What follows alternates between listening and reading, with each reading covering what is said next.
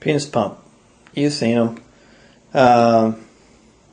Why? Why do you got them? Well, made for impotence. That was originally what they designed it for, doctors. But they've since many years ago also been used for pleasure and penis enlargement because what you're doing is you're dividing. Whenever you create expansion of your penis, which is what happens, or enlarging of your penis is what happens when you use a pump. It's making little tears in your penis, just as if you were working out or something, and you're tearing your muscles in order to get them larger. It's the same effect, but it's the same thing with working out. It's not going to happen overnight. You have to keep working on it, or else it's just you're not gonna see the results. You can't do it, 5-6 times and expect to see a huge amount of results. Yeah, you got to keep at it for many months, and you will see results. But I want to show you just the basic makeup of a penis pump.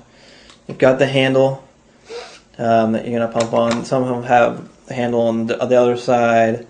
They also have motorized ones, but it's all the same concept. It's just sucking the air out of the tube to create a vacuum.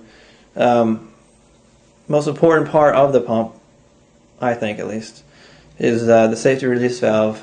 You see it here on this one, just a little button. You're going to press that and release any air.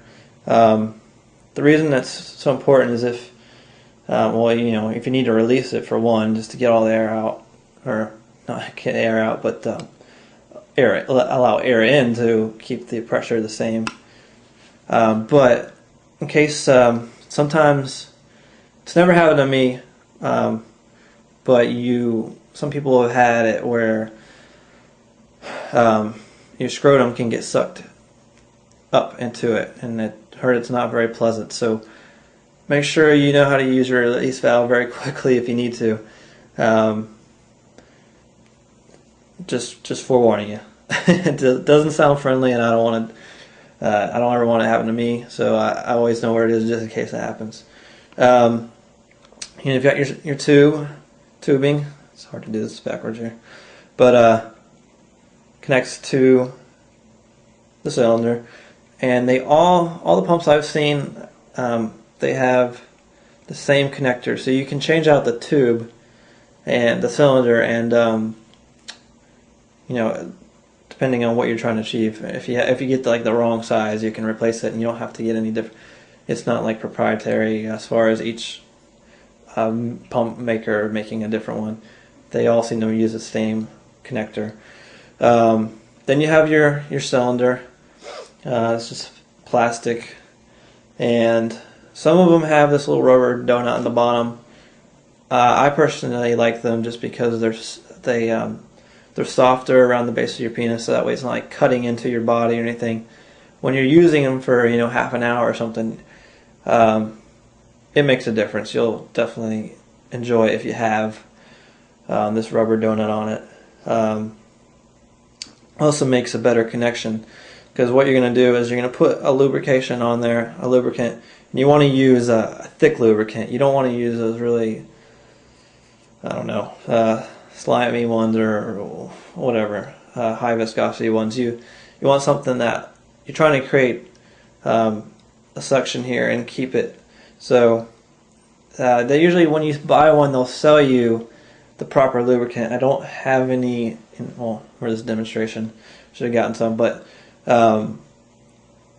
sometimes you can get away with just like a regular lubrication, as long as you have your stuff trimmed, basically. You don't want to have a bunch of pubes or anything there, because that's going to inhibit the ability of the pump to create a good seal.